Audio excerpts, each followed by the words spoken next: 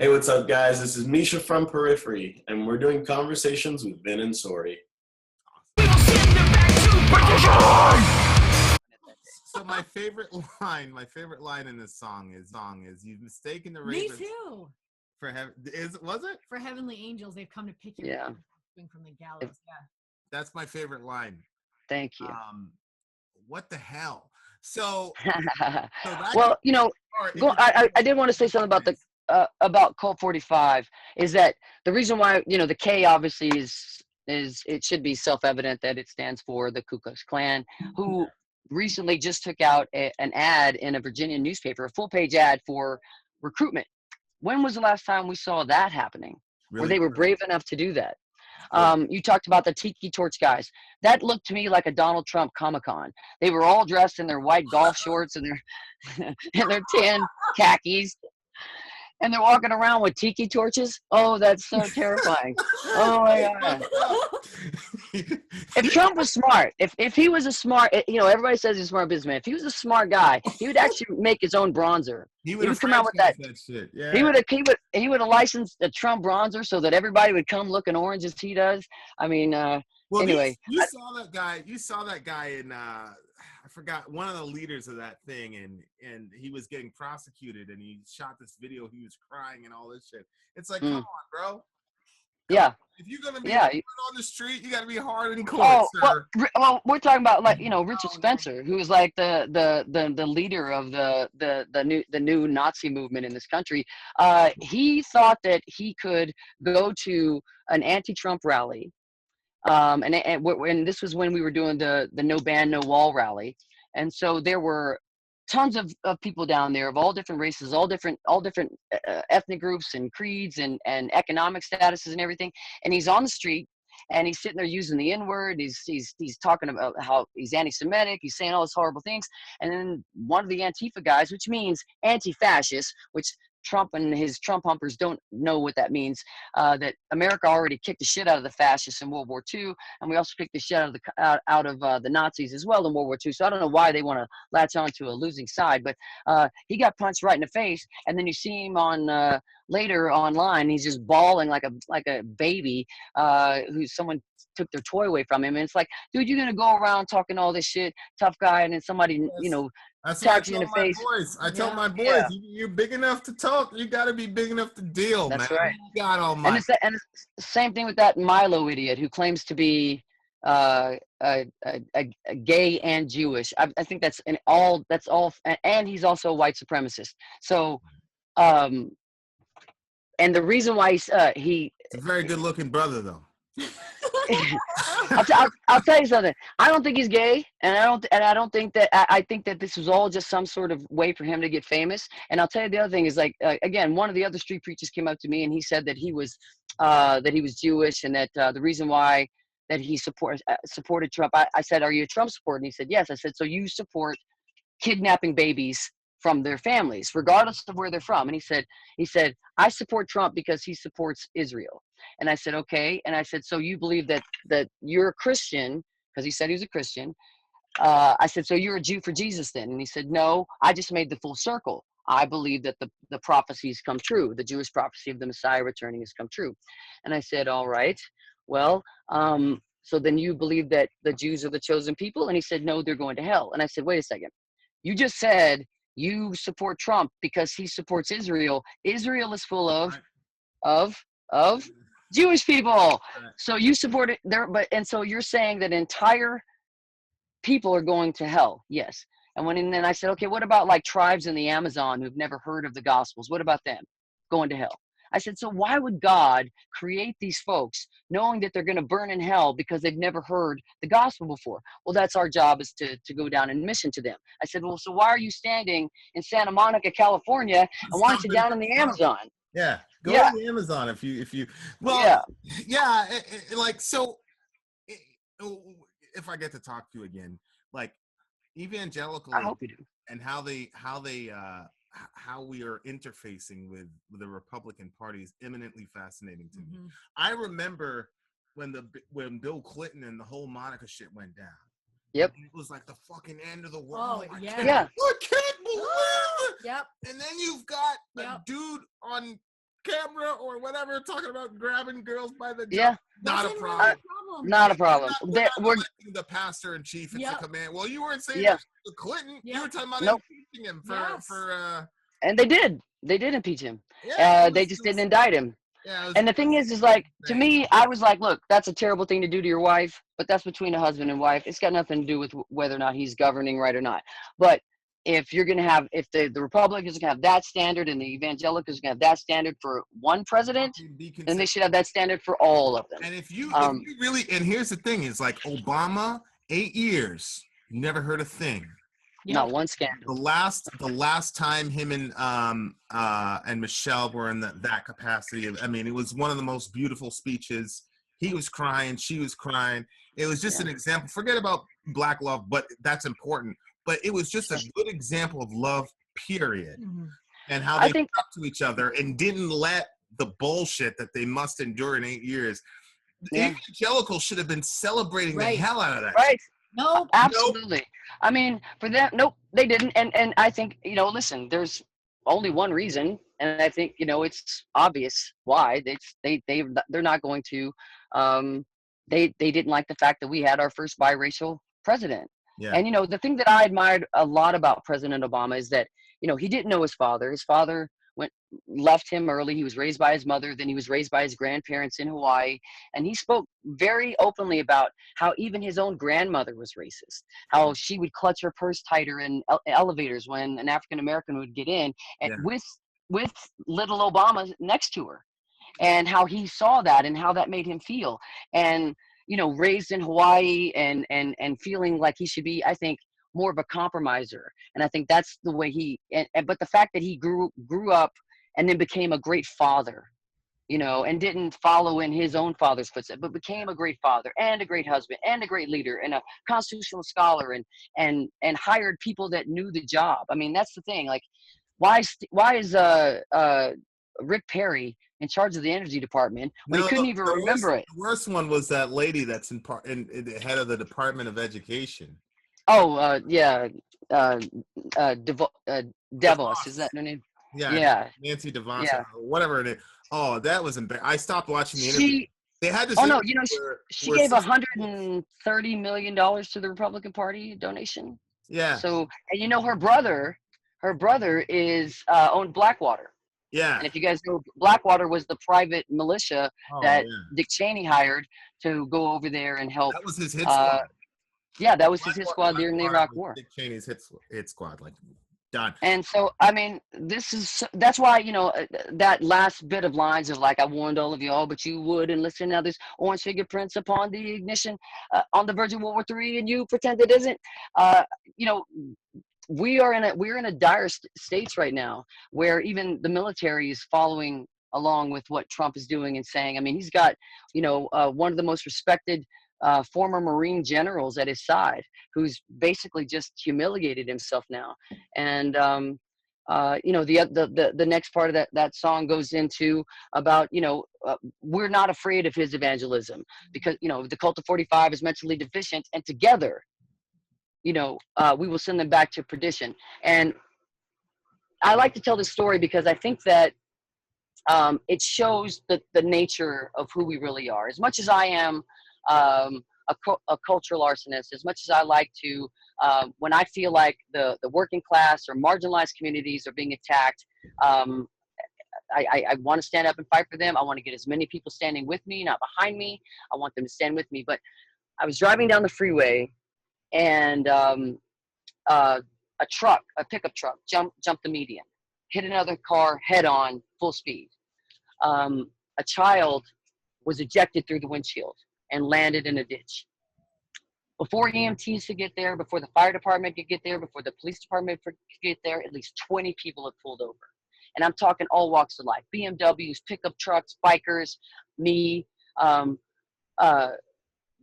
We all pulled over. We all ran to that child. Not one person asked, did you vote for Trump? Did you vote for Hillary? Are you Muslim? Are you legal? Are you a citizen? Are you gay? Are you straight? How much money do you make? Nobody said anything but like, who here knows CPR? Who here is a nurse? Who here? I mean, that's what they were doing. They were trying to save that little boy.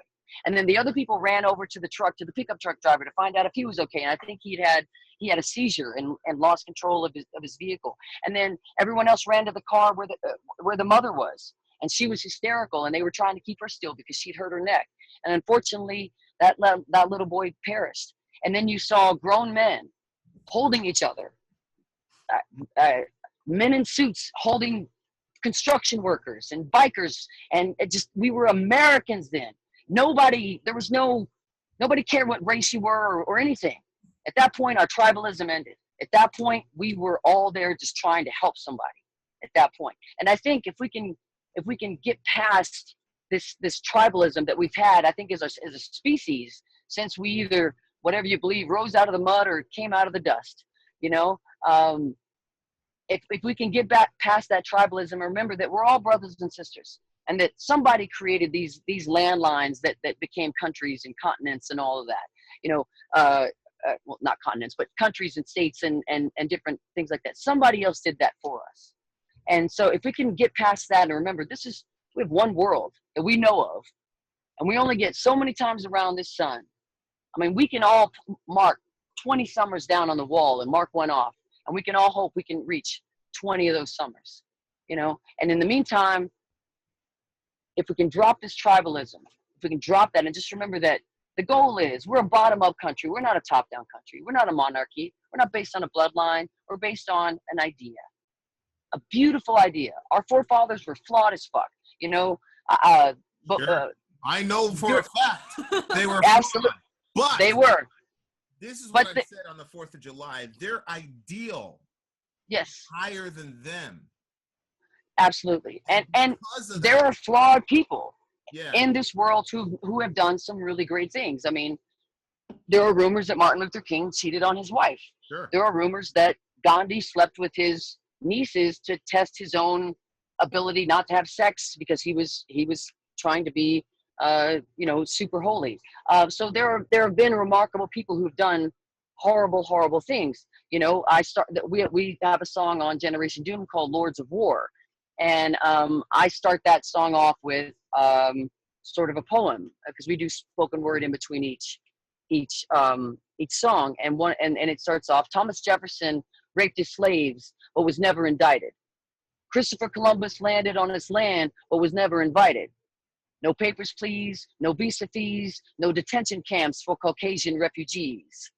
And then I go on to insult Trump and all that stuff. So, but that's the true nature of I think who we are. If we can get past all these ideas, James Baldwin, why do you need this enemy? Why do you need this something that's inferior to you when they've never, Egypt? What if people want to look on a map, what continent is that on? Africa, Africa's not a country, everybody, it's a continent.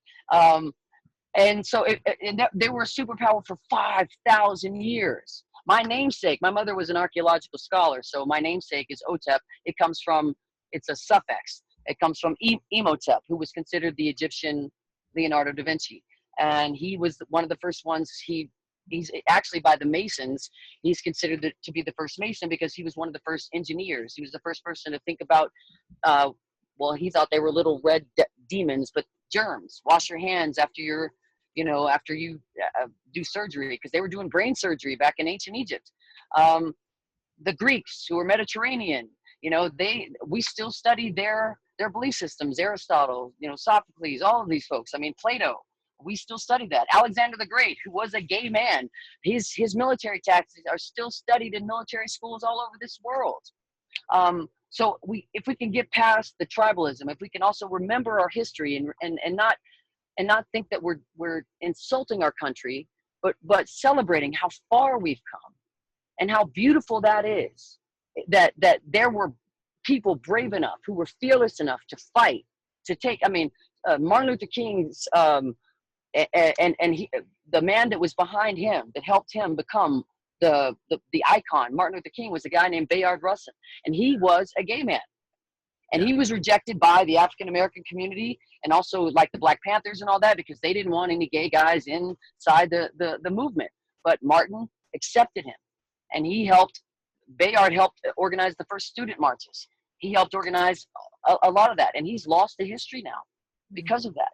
And I think if we can look back and really just sort of accept that we were a flawed nation, our forefathers were a flawed nation. Benjamin Franklin was brilliant, brilliant man. In fact, a lot of what became our Congress and our Constitution, all that came from the Iroquois Federation, which was basically all these tribes would get together and they would vote. All the chiefs would get together and vote on what was the next good, the right thing to do.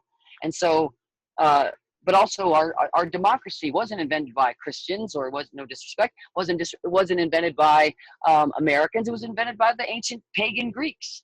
I mean, that's reality. Oh, yeah. And so, I think someone asked Sarah Palin once where the word America comes from, and she said the Bible. And it's like, no, it was an Italian, Amerigo Vespucci. What are you talking about? So, yeah, and we've seen lately, I actually did an interview with a journalist who was a history teacher, and I was asking him, I'm like, so how's that going over there in schools? I mean, not only are the school shootings and the massacres and everything, he was also like, it's hard because every day I go to school, I don't know if I'm going to see, my kids again, his students again. And also being a teacher, I just want to touch on something with the NRA as well. The NRA may have started out as an advocacy group for gun owners, probably. But now they're a lobbyist group for the weapons manufacturers. Because when that asshole shot Trayvon Martin after he got his ass kicked by a 17-year-old boy, an unarmed boy, who was just walking to the store on halftime, spending time with his father, and he had a bottle of tea and Skittles in his hand, talking to his girlfriend on the phone. And that asshole Zimmerman followed him around and then tried to attack him, got his ass kicked, and he shot him, killed him. NRA came out, he had the right to shoot that man. He had the right to stand his ground. The African-American gentleman, I believe his name is Philippe Castile, I believe. Philando Castile, thank you. He told the officer when his girlfriend was driving and she got pulled over because she had a tail light out, which is one of the dumbest things ever to be pulled over for, but whatever. We could probably figure out getting pulled over for a license plate light out. Yeah. Oh, exactly. And I wonder why. I'm telling you, when I drive by myself, the way that the cops treat me, agreed, completely different than when he's in the car. When he told the officer came around to his side. He said, I have a right to carry permit, just as the NRA says he should and have the right to. And I am armed, just like the NRA says he has the right to. Their 4-year-old daughter was in the back seat. He said, okay, sir, thanks for telling me. The girlfriend started live streaming it on Facebook. He had a few words with the police officer, had a few words with the girlfriend. Then he asked the gentleman for his ID. The guy reached for his ID, shot 7 times, hit him 4, killed him. In front of his girlfriend, in front of his 4-year-old daughter. Yep. The NRA said peep.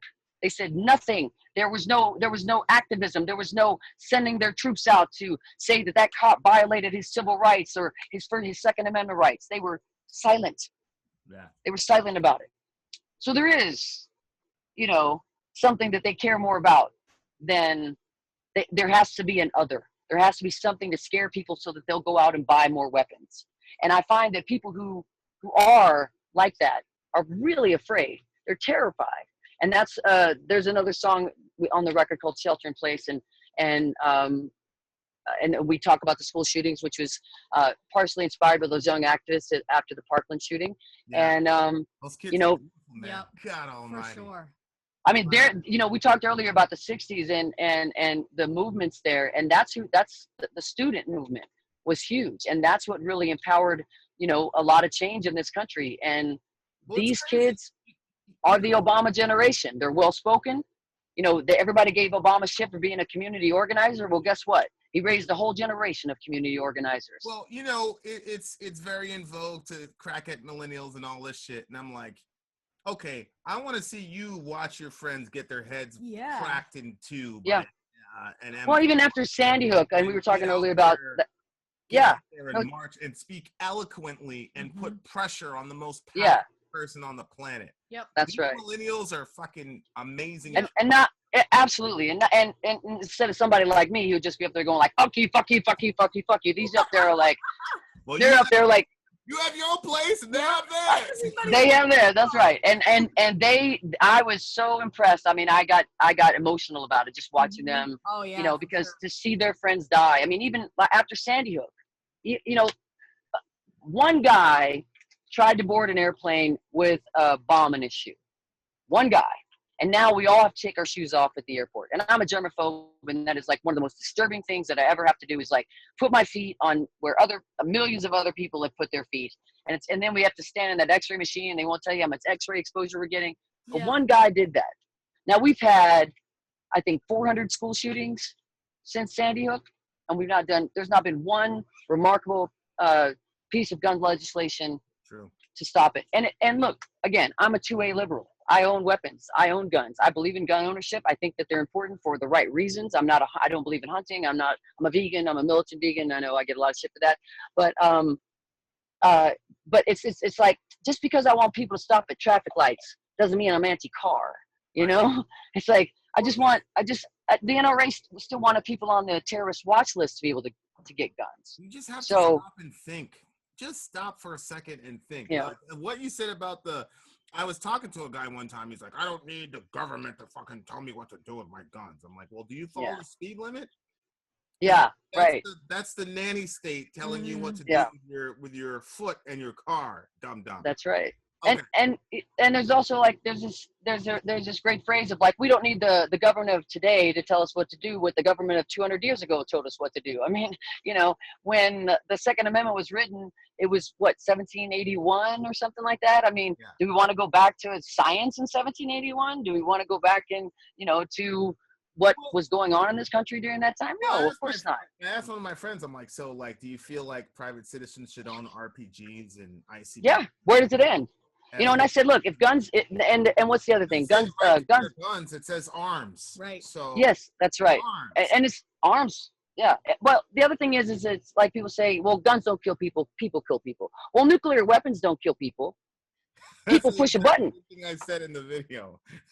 Yeah. Like, and let's just keep going with that. So yeah. So if we follow the logic to its illogical conclusion, everyone should be able to own a nuclear weapon. Everyone should be able to own a tank or an RPG or whatever they want. And why are we worried about Iran? ICBM? Why not? Drones? An ICBM. Why not? Yeah, sure. Ridiculous. And why are we worried about Iran having nuclear weapons? Sorry. Why are we worried about North Korea developing nuclear weapons? Because nuclear weapons don't kill people. Yeah. So why are we worried about it? Yeah. Right. That's people kill people. So Ryan, so I'm going to do a quick lightning round and let you go. You've been super generous of the time. I know. Oh my Thank God. you so much. And I've had such a blast. Thank you guys. This was really an honor. Thank you so much. I really appreciate it. On recording because I want people to understand. So you guys got into a bus accident, like a crash, right? Today. Yeah. You guys might have noticed during our interaction here, the lights were going off because our generator is dying.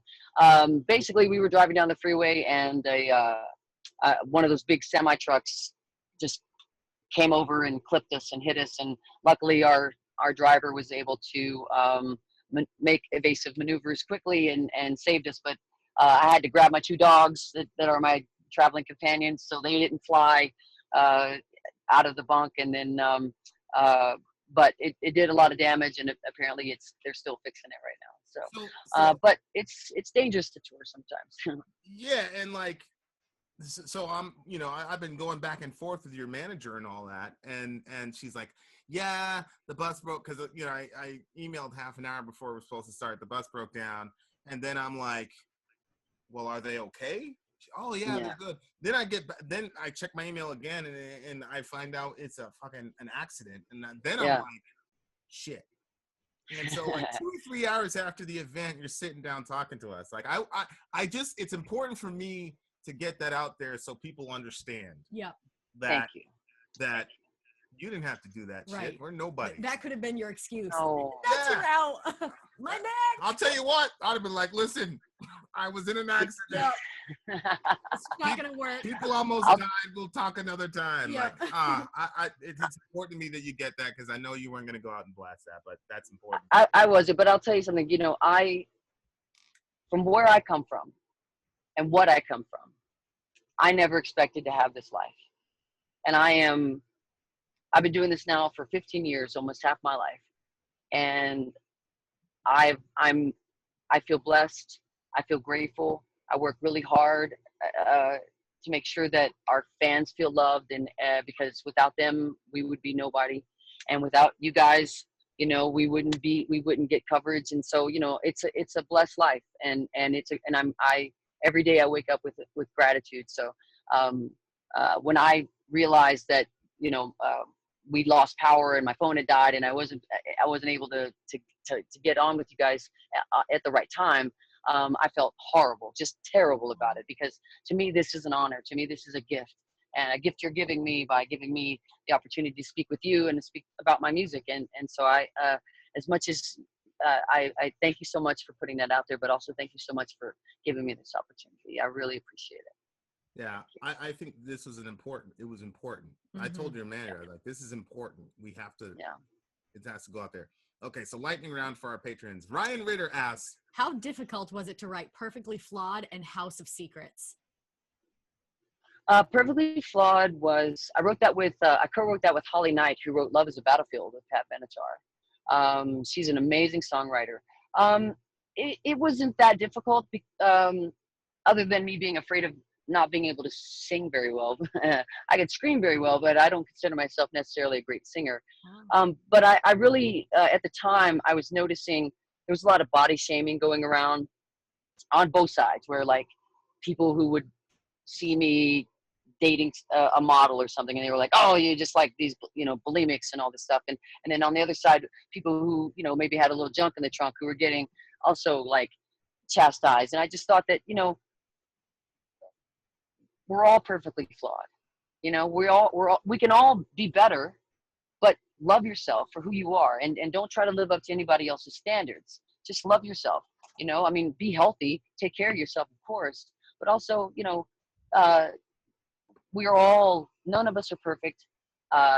You know, even though in advertisements they Photoshop this and that, and I'm not so against that, although I do like Kendrick's line and in his song about he's tired of the Photoshop.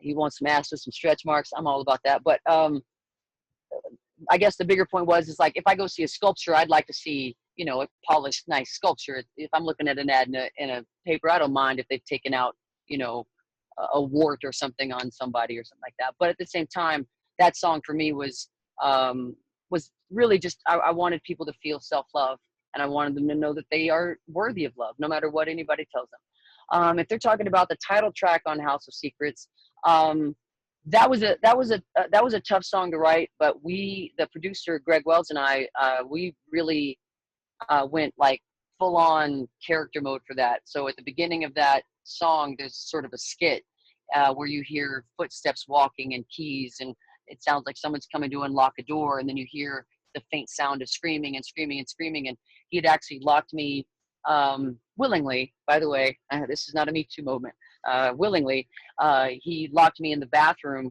lights off, and I duct taped myself to the sink so that we could get that realism, because I didn't want it to sound, I wanted it to be authentic, that fear and that terror, because the song is about that. It's about, you know, what the silent, you know, sort of horrors that go on in some homes, and that some people never address in their whole lives.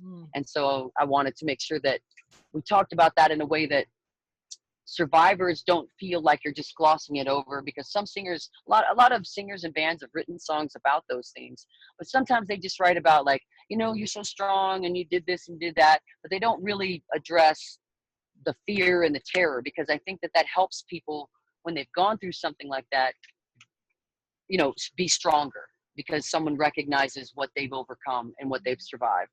And then at the end of the song, it becomes a celebration of your survival.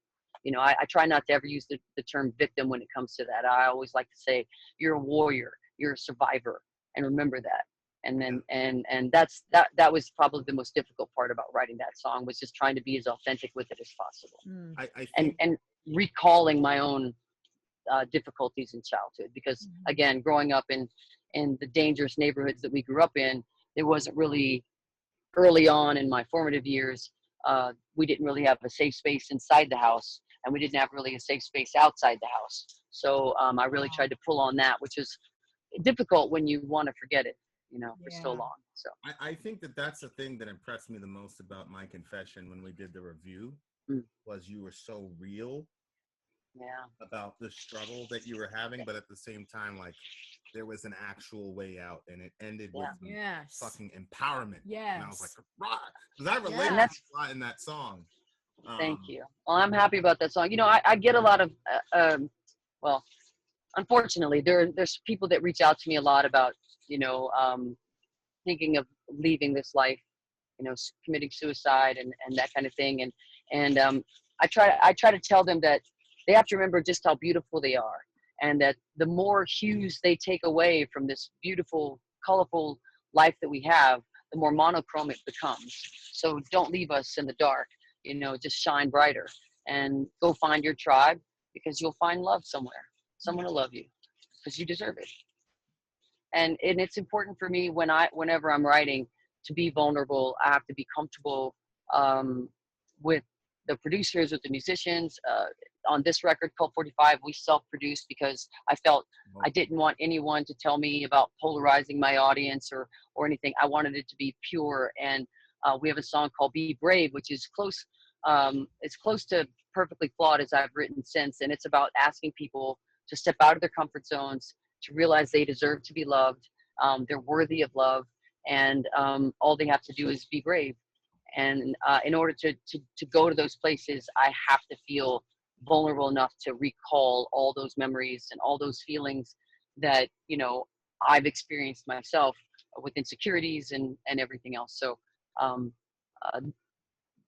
that was probably Perfectly Flawed wasn't as difficult, but House of Secrets was pretty tough. Okay.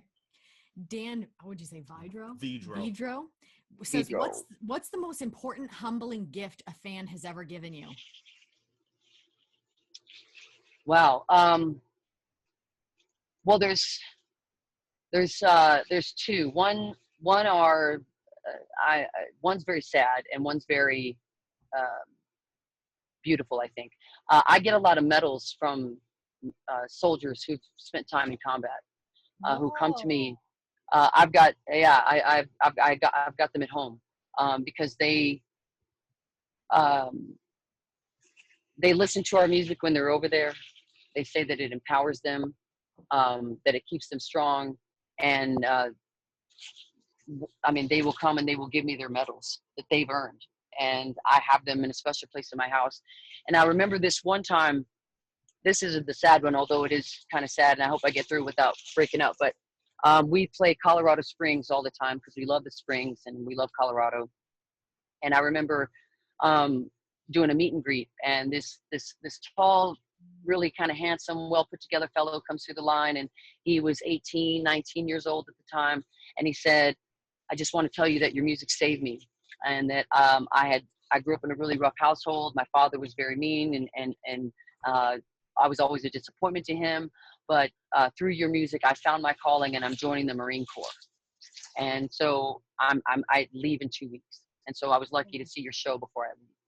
And then the next time I see him, we come back through Colorado Springs, and he's just home. And he's got fresh shorn hair. He came in his military fatigues, and he gave me his medals. And then he told me he was re-enlisting because his friends were over there, and that he loved our country, and he believed in everything that I said is worth fighting for. Is worth fighting for. And then the next time I saw him, he'd been hit by an IED, and he was about 6'2", 6'3". He couldn't stand up straight anymore. He was in a wheelchair, and he still stood up to shake my hand and say, "Thank you. I still have purpose in my life." And like I said, growing up the way I grew up, I got in a lot of trouble. I ran with a really rough crowd. And so for me to finally find my tribe, and to find people that believe in what I say and how it affects their lives forever is a blessing that I can never repay. And all I can do is just be the most authentic person and singer and that I can be. And the sad one is, this girl came up to me after a show, and she handed me a blanket, a baby blanket. And she said, I said, you know, it was dirty, and you know, I got a germ thing, so I didn't know what she was handing me at first. And then she said, I said hi, and she's like, I want to give you this, and I was like, oh, what is that? And then she said, this is the blanket that my father used to put over my face when he raped me. And she said, but your music kept me here. And I have that blanket to this day. I put it on my mic stand for several years, but then it started to fray and I didn't want it to dissolve. So I kept it. And I've got it as a reminder every day that, you know, no matter what people say about artists and politics and culture, you know, we do have an obligation.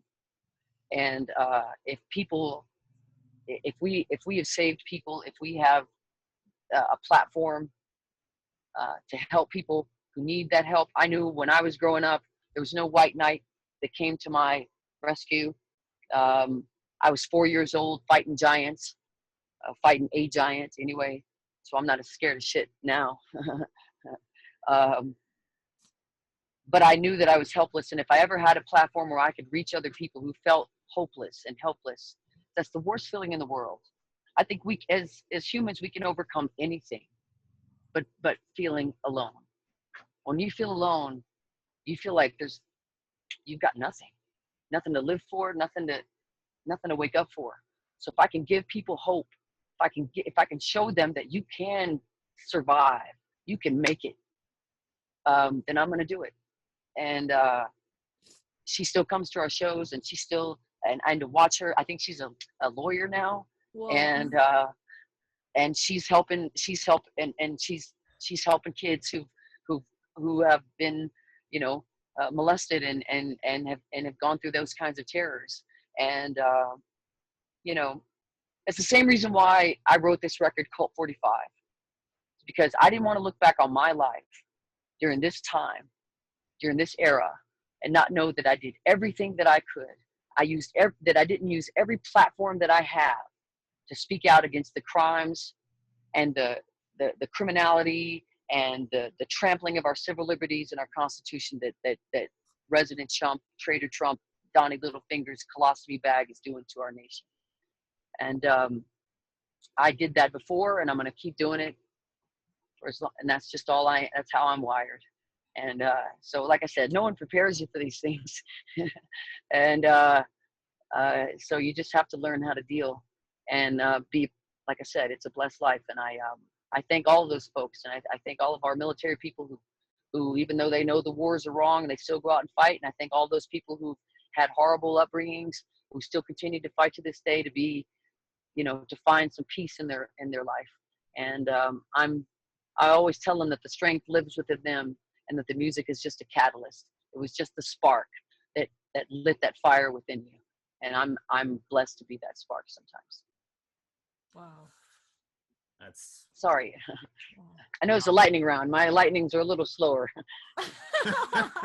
No, that's awesome. Raul Espinoza wants to know, are you guys doing Ozzfest this year, 2018? We have not heard anything about Ozzfest this year. I would love to. That's where I cut my teeth. We got signed after 4 shows, no demo, right off the Sunset Strip. We had an A&R guy walk in. He heard my voice. He said, "I'm signing whoever that singer is." Wow. And we only had 5 songs at the time. He asked me how many we had. I said 11. So we had to get to writing really quickly. And then our 7th show, after doing a couple of showcases, because as soon as this was Capitol Records, as soon as people heard, other labels heard that Capitol wanted to sign us, then other people wanted to sign us. I actually did a showcase for Randy Jackson once before American Idol.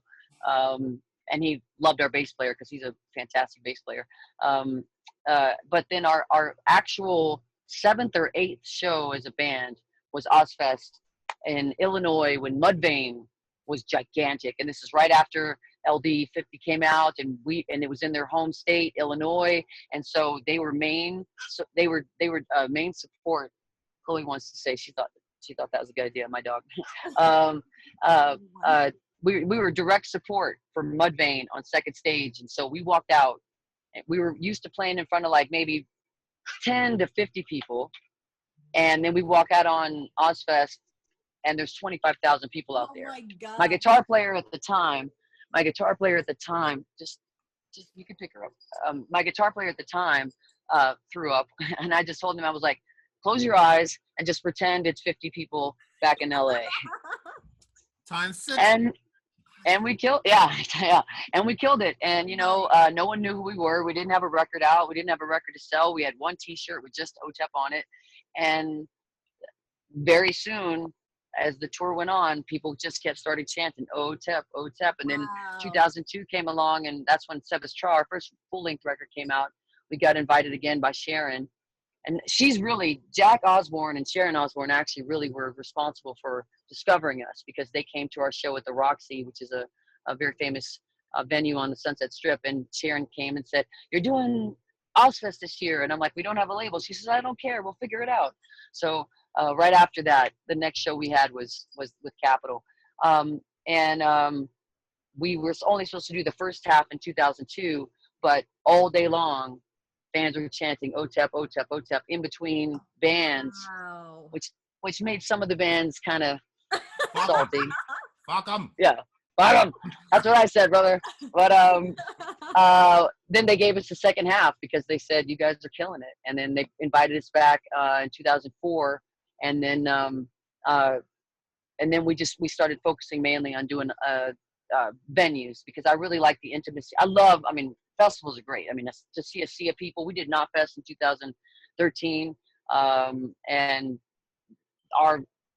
the crowd was all the way back to as far as the eye could see. It was just a sea of people, and it was amazing. And it's really great to have that kind of like that spiritual intercourse, I call it, where you just feeding off of each other's energy, and it's just so amazing. But sometimes it's even more intense in the intimate venues, because you can just feel you can feel the people more, and I can see them up close, and they can sing along with me and all that. And so if they want to invite us back, we'll play and we'll kill it.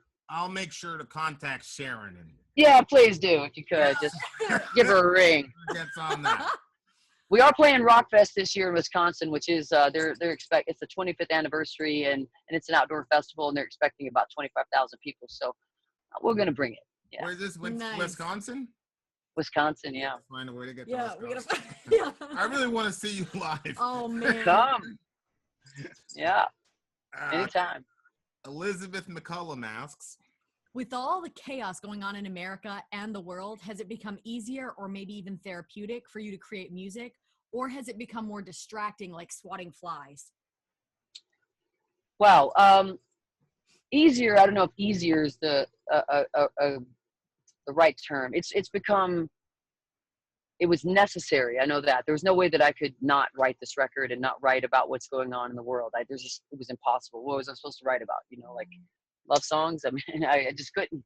I couldn't ignore what was happening around me, and to my friends, and to people that I know. And so, but the swatting flies thing is very smart. That's a very smart metaphor, because that is what Trump is, a chaos creature. He's a creature of chaos. What they hope is that we'll eventually develop rage fatigue, where there's just so much to be mad about that we're just like, fuck it, and just change the fucking channel. He's just throwing shit out all the time. Just as soon as his numbers started to drop, there's always another scandal. As soon as the Stormy Daniels things came out, he started talking about, you know, something else. He started to attack marginalized groups. He signed that religious liberty bill that allowed that bakery not to make a cake for a gay wedding or something. Fuck that guy, you know. But that's why we have separation of church and state, and it's not going to be held up. You know, that it's also about, you know, things like Jefferson Beauregard Sessions, you know, that asshole who's like quoting, he says that it's biblical to obey the government. Well, he didn't continue to read that passage in the Bible because the guy that wrote that passage got put to death for not obeying the government. It's like, right, couple sentences later, jackass. Well, but look, somebody asked me about that because they know that we're yeah. Christian. And Yeah. I said, look, when Paul wrote that, Nero was in power, and what was happening was you had a bunch of armed people that were saying we need to overthrow the government, and Paul was saying don't get involved in armed resistance. It had nothing to do with There's a huge tradition in Christianity about speaking out against tyrannical leaders, i.e. Herod. John the Baptist got his head chopped off. That's right. Because he spoke against a dude, by the way, ironically enough, who was attracted to his daughter-in-law. Right. Yeah. Nuts. And just also to clarify that for anybody that thinks there's actual biblical justification for the evil shit that we're doing to kids. There You'll isn't also any. notice that Sessions didn't quote the Old Testament, which basically says open borders, they get full benefits like a native born. That's what it says. That's right. Well, you know, I mean, even the story of the Good Samaritan, finding the stranger along the road. I mean, you know, we're not a top down, we're not a top down country. We're a bottom up country. That's the whole idea, that all are created equal, that all are deserve life, liberty, and the pursuit of happiness. I mean, that's the idea. And when they start trying to cherry pick the Bible, it's, I even told the guy, because he kept telling, that street preacher we were speaking about earlier, who kept telling me that I was going to burn in hell. I said, do you realize that for people like me, well, first of all, you're speaking like that in front of children, so you should stop that, because, you know, they don't believe that. And also, it's not appropriate. But second of all, Jesus was supposed to be the God of love. He came to sacrifice his own life so that we could all get into, you know, for our sins, according to my understanding. But he, you know, when I believe that when one of the disciples asked, what are the two most important commandments? He said there's only two: love your God and love your brother. That's it. Period. And that's it. And so, you know, when we talk about us being the great melting pot, when we talk about, you know, being, you know, a nation of immigrants, you know, we got to remember that even Steve Jobs, his father was an immigrant from Syria. You know, we're a nation of immigrants. Trump's grandfather, not great grandfather, his grandfather was an illegal immigrant from Germany. He was actually kicked out of Germany because he wouldn't join the army. And so when he came here, he had no education. He couldn't speak English. He's exactly everything that Trump is, you know, demonizing now. Well, and it happened. Go ahead. You gave such a good point, and you connected. I don't know how familiar you are with the Bible, but when you talked about the Good Samaritan and love your neighbor, they're actually in the same narrative. Because what happens is Jesus says the greatest commandment is love God and love your neighbor. And then the guy responds by saying, well, who's my neighbor? Because he wants to limit who he's supposed to be good to. Right. Then Jesus goes into the Good Samaritan parable. You know what's interesting about the Good Samaritan parable? I didn't think about this until you brought it up in our current cultural context. One of the major things about that is that the guy who gets beat up, his own countrymen walk past him. And the reason they walk past him is because that road was dangerous. And picking him up would have made them vulnerable to attack. Yeah. This Good Samaritan said, fuck that. I don't care. That's my neighbor. Yep. And he picks up his enemy, because the Jews and Samaritans were enemies. They wouldn't even walk through each other's cities. They take the long route. They despise each other. He puts his own life in danger for the sake of this guy. Right. So even if you're trying to argue, oh, MS-13, blah, blah, blah. So what you're saying is these people who are fleeing and need our help because of our own self-interest and fear, because the opposite of love in the Bible is not hate, it's fear. The scripture says no fear in love. Perfect love casts out fear. Right. And the reason a lot of people are so, like, I think like the top, you know, echelon people are just hateful, period. But I think the normal folks who are being instigated against our neighbors, I think it's just a bunch of fear. Sure, absolutely. Yeah, I mean, that's part of the autocratic playbook.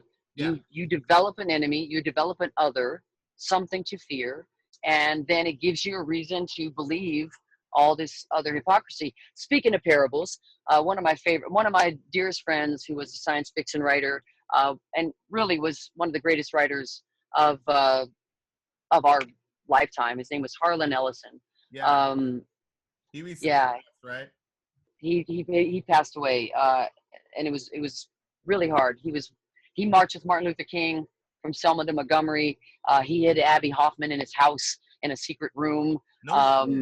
He marched for women's rights. Yeah, I mean, and he was also a writer's writer, and he would open up his house to writers that he thought had talent and would bring them in and mentor them. And he was, I mean, he marched. He was a union guy, and when the Writers Guild would go on strike, he was out there at 70 some odd years old with this, you know, the little sandwich signs on that says "Pay the fucking writer," because he was also a very cantankerous, very, very loud but you know, most authentic person I ever met in my life. You know, if you met Harlan, you met Harlan, and when you read his stories, you hear his voice. And he told me this parable once, and he could quote these things just right off the top of his head.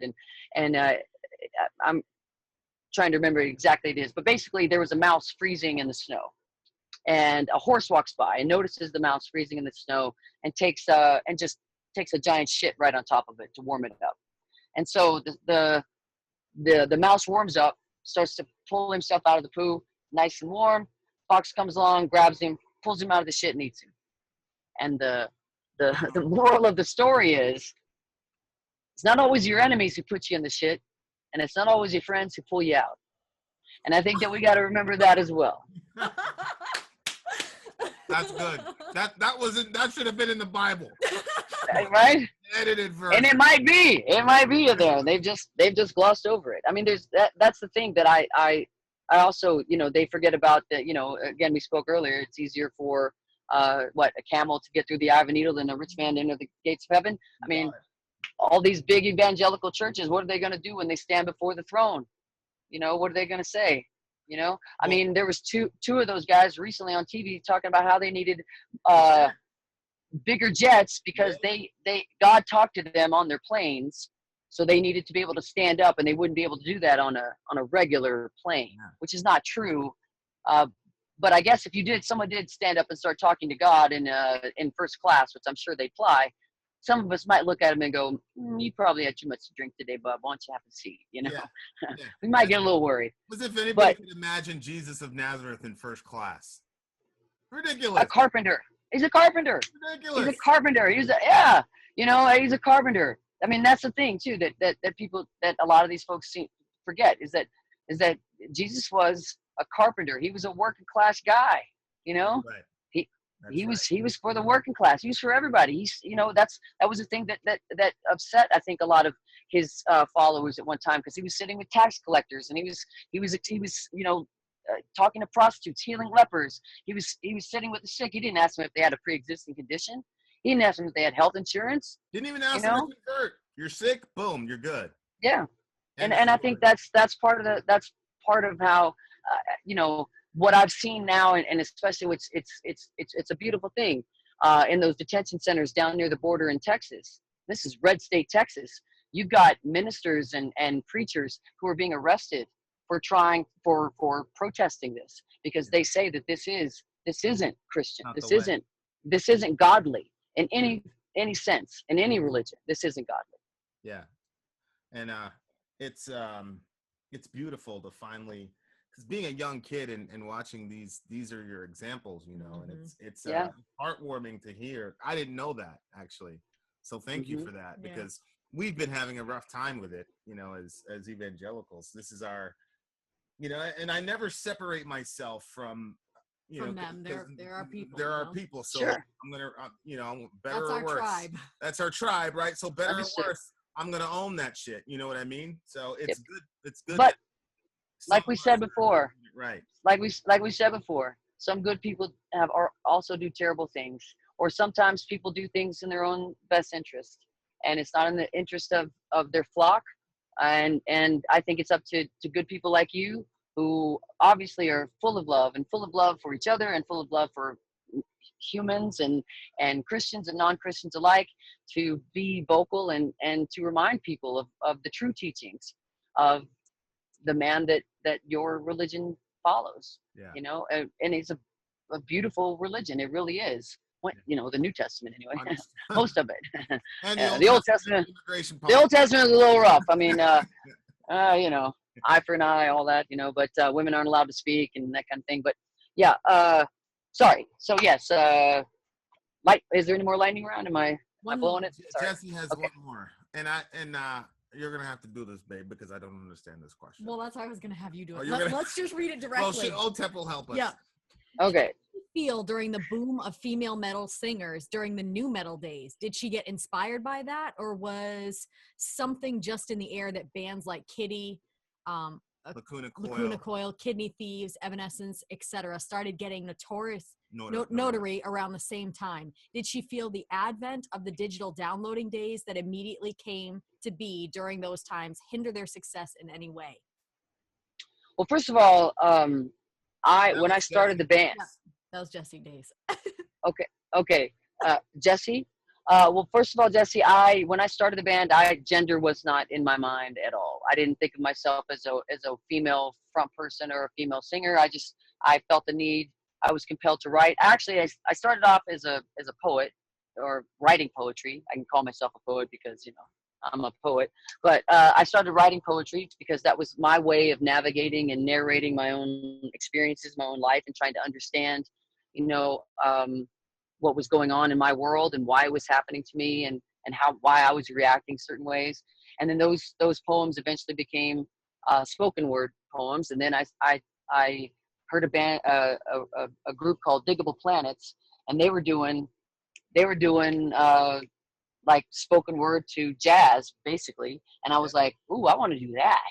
I want some music behind me. So then I tried to find a band, and then the music. And then I knew Rage Against the Machine because they really influenced me heavily early on. And so I thought, well, I'm going to try to do a little bit of both. I'm going to do a little Diggable Planets. I'm going to do a little Rage Against the Machine, because to me, lyrics are what matters. So I was more of a East Coast underground hip hop fan than I was a metal fan. I didn't even really know what the metal genre was. So when we got signed and we got labeled new metal, I just thought, well, that's cool, because that means that we're bringing in other inspirations into this genre. You know, we rap, hip hop, Deftones got a DJ. I mean, you know, Slipknot has a DJ. I mean, it was like, and they got like another guy that plays samples. And so it just felt like it was, the music was so interesting. But I was the first woman to play Ozzfest. So I was the first woman to play Ozzfest, which means I was also the first lesbian to play Ozzfest. Ha! So those other bands that were mentioned never really. I mean, I liked their music, but they weren't a reason for me to start the band. I started the band on a whim, and I was more of a reader than a listener anyway. So I didn't find out about Lacuna Coil until we toured with them, and they're lovely and they're a great band. And I didn't find out about Kitty till later. And so, you know, for us I was the first woman to play Ozzfest. So for me, it was like just me being another singer, just me being a singer in a band. I didn't need to genderize it. In fact, on this new record, we have a song called Boss.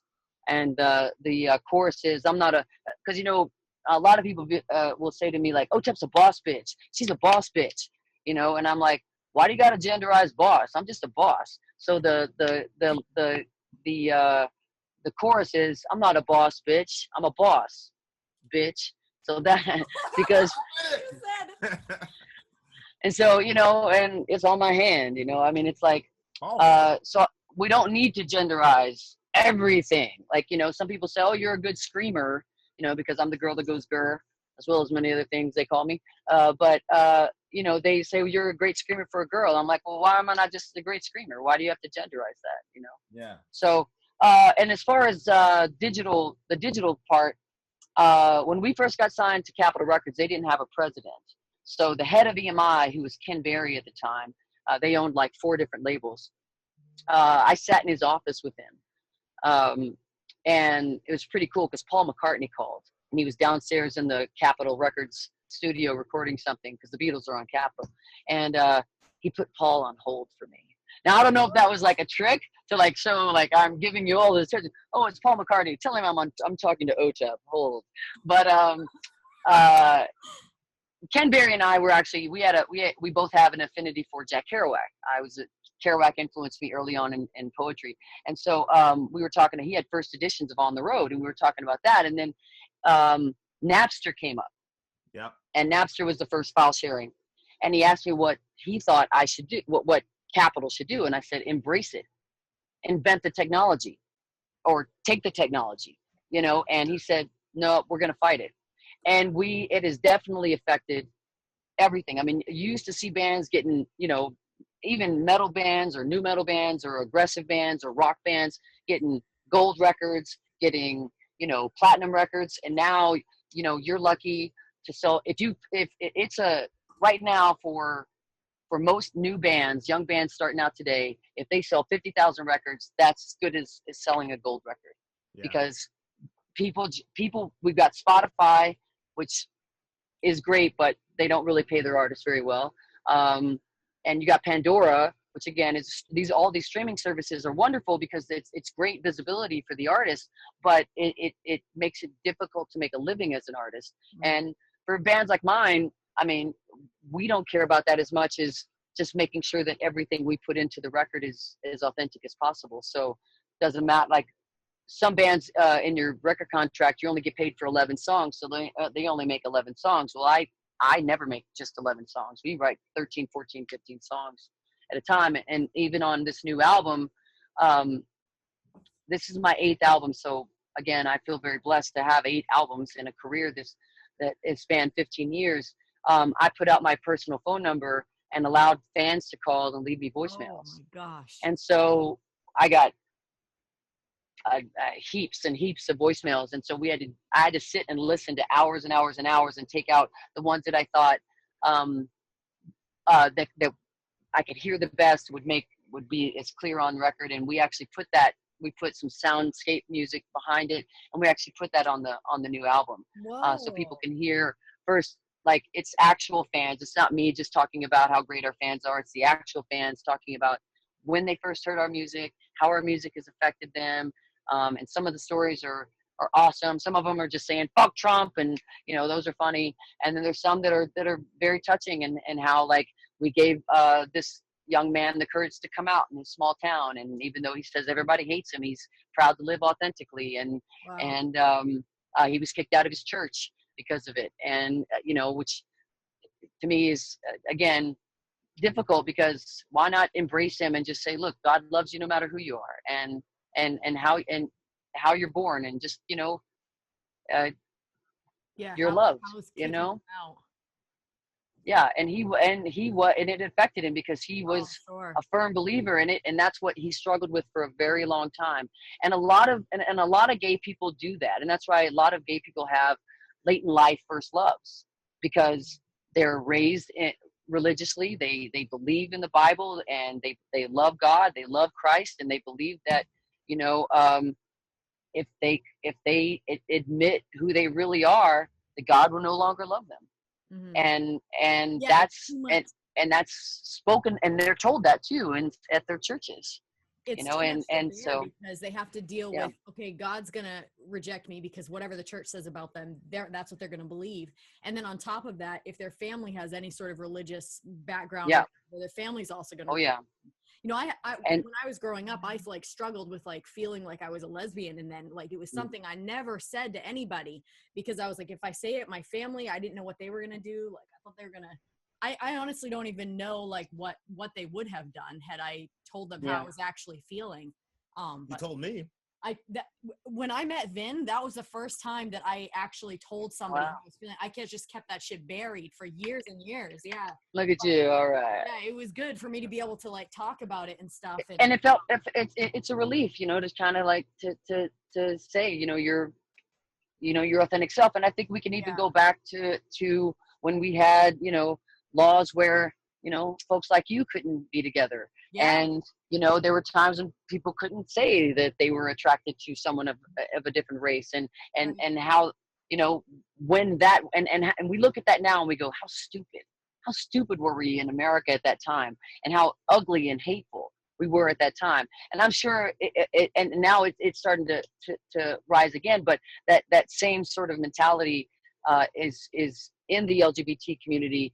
It's changing a little bit because the younger folk who, again, were lucky enough to grow up under the Obama administration, and even though he was reluctant to embrace the LGBT community for a long time, he said that you know, his opinions on marriage is that it's a man and a woman, and you know, my response to him, I tweeted him a lot, and he actually started following me, which is pretty cool. But I would tweet to him that you know, there was a time when your parents weren't allowed to marry, and so, you know, why are you, you know, basing your opinion on that? You know, remember that you're biracial, and there was a time when it was illegal for your parents to marry the way it is right now for me to marry someone because I'm in love with them.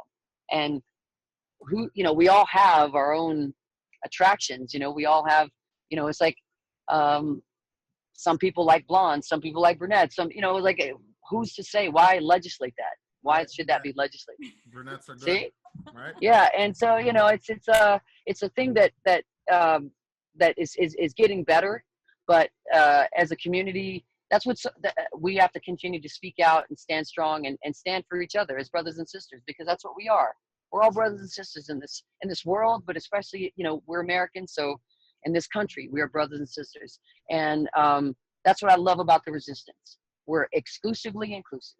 You know, there may be a hierarchy of things that certain people care about because it affects them more directly, but you'll see people who were at the Women's March. And let's remember that the largest march on this country's history was organized and implemented by women. We have to remember that. That's right. That's right, sister.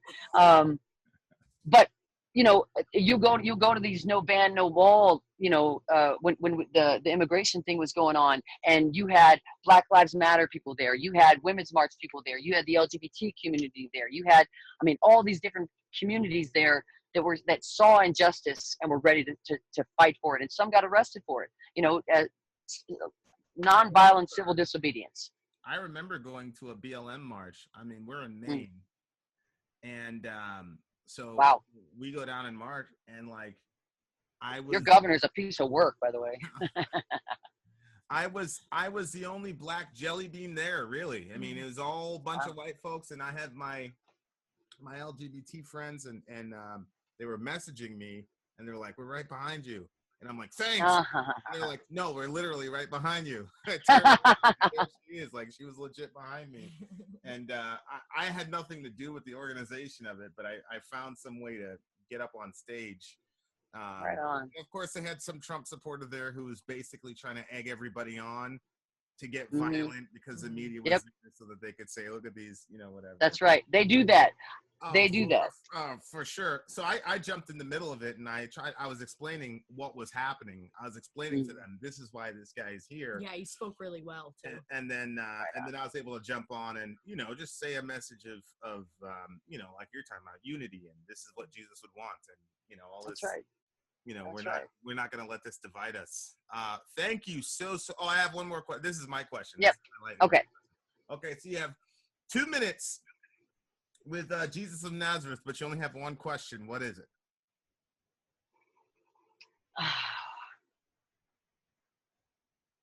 I guess I would ask him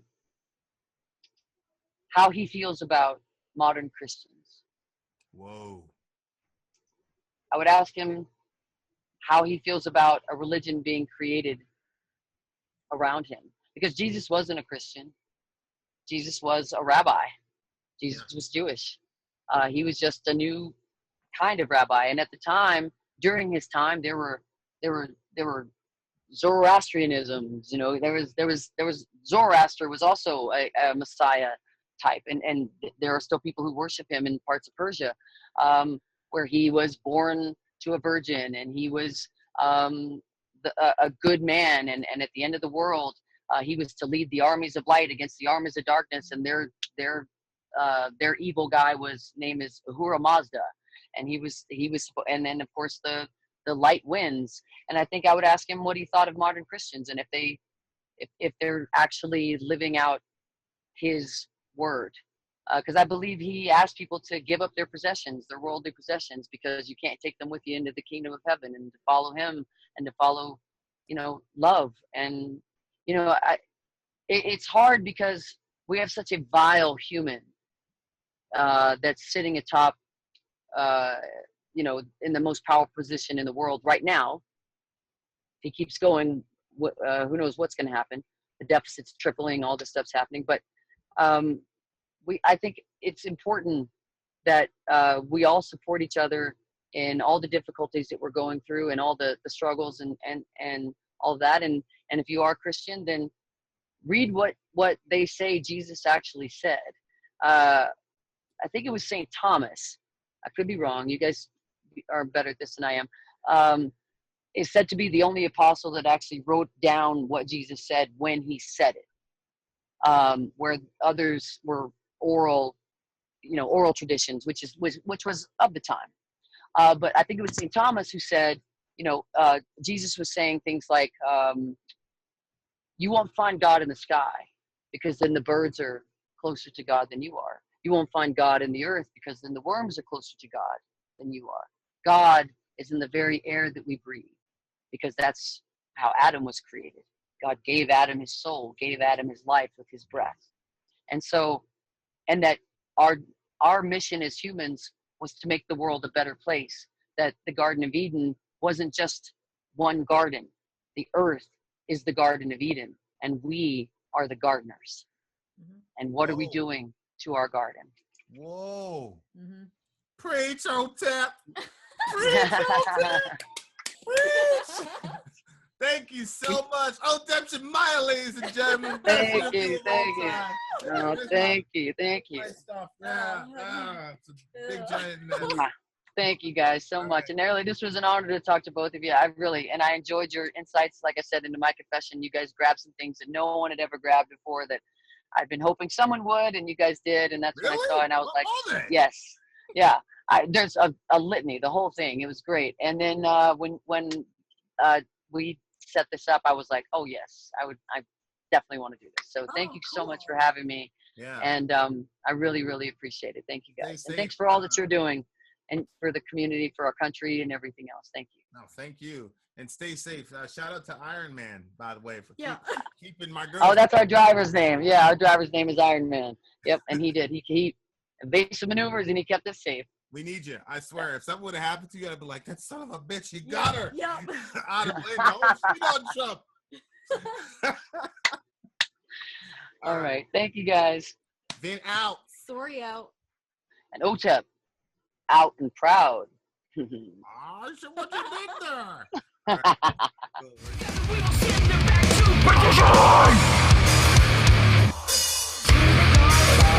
You mistaken the ravens for heavenly angels.